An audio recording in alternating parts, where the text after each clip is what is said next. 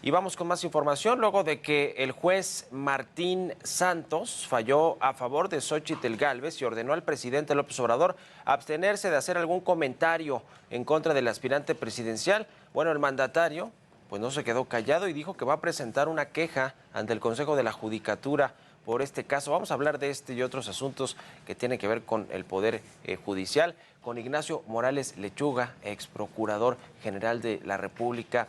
¿Cómo estás, Ignacio? Gusto saludarte, muy buenos días. Bien, Mario, muy buenos días. Gracias por la invitación. Estoy a la orden ¿Cómo ves tuya. este asunto, en principio, del presidente López Bueno, Obrador? dos cosas. Primero, la queja del presidente López Obrador ante el Consejo de la Judicatura es exclusivamente de carácter administrativo, de tal suerte que esto no cambia de ninguna manera el sentido ni el alcance de la resolución. Esta queda firme. Segundo, la resolución del juez a mí me parece incluso hasta de alguna manera generosa con el presidente de la República, porque cualquier otro juez le hubiera agregado la violación del derecho humano contra Xóchitl Gálvez, es decir, el derecho humano al trabajo previsto en nuestra Constitución y ratificado por nuestro país en los pactos de San Salvador y San José de Costa Rica, en los cuales se dice que el gobierno no solamente debe dar libertad de trabajo a los ciudadanos, sino además garantizarles esa libertad para que el trabajo se pueda desenvolver en condiciones normales. Y cuando desde el propio poder se agrede a una empresaria y se le imputan conductas falsas, difamaciones y calumnias que entorpecen su trabajo y que le exponen o quieren restarle prestigio y le exponen a una desvergüenza pública, pues eso es una agresión que viola derechos humanos. Y eso no fue considerado por el juez, por eso digo que inclusive fue generoso. En tercer lugar, el juez habla de malicia efectiva.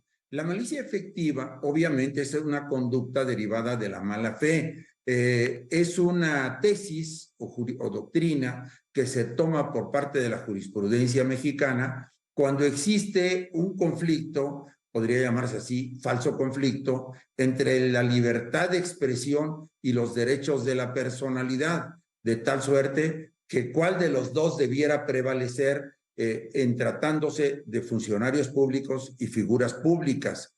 En este caso, el juez dice, existe malicia efectiva porque el presidente se ha expresado agresiva y dolosamente contra Xóchitl Gálvez, en consecuencia debe abstenerse de seguir haciéndolo, porque le está causando o le pretende causar daño al prestigio, a la buena fama, al buen nombre de Xóchitl Gálvez. Recordemos que habló de 1.400 millones de pesos, como si estos provenieran de contratos públicos, cosa que fue falsa. Había como 70, 80 millones de pesos y dijo que estos 1.400 era la utilidad o la ganancia, confundiendo ganancia con ingreso total. Xóchitl Gálvez se encargó de aclarar, pero sí ha sido desviada y falsa la información del presidente. Eso es lo que dijo el juez, eso es lo que el juez usó como base de su sentencia.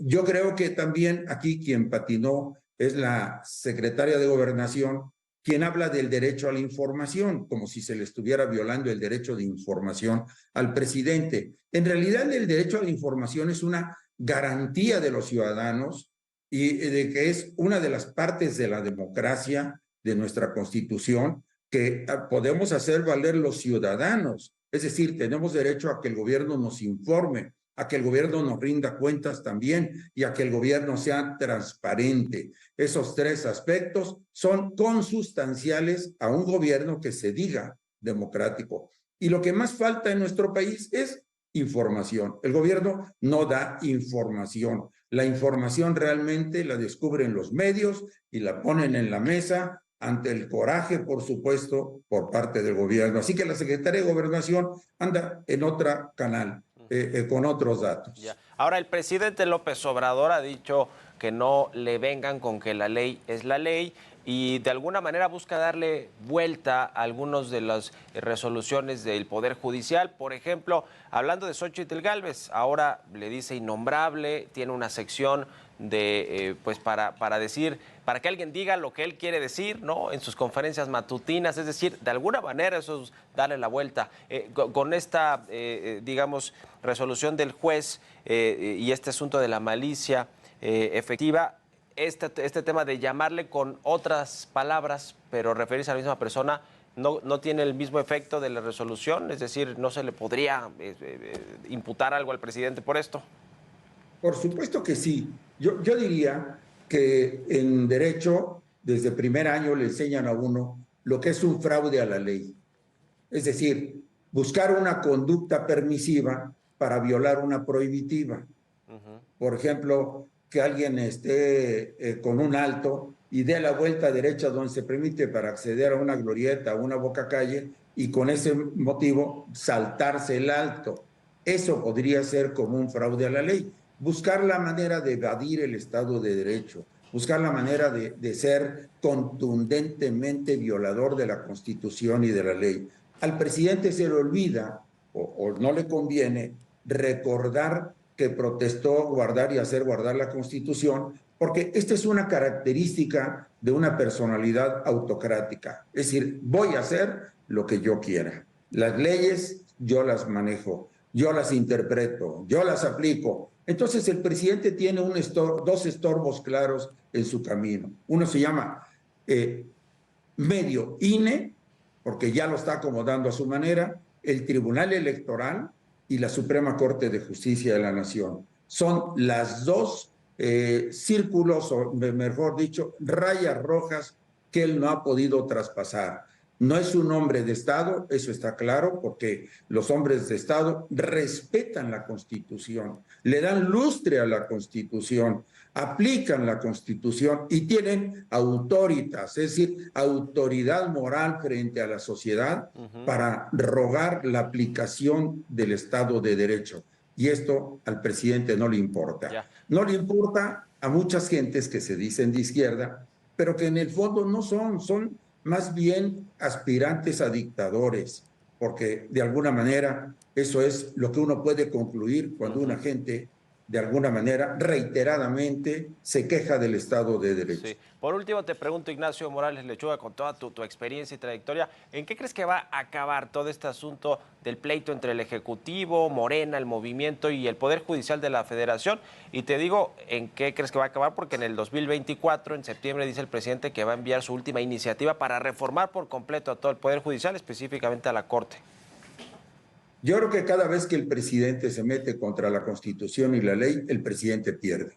Porque el presidente se va a ir y la Constitución permanecerá.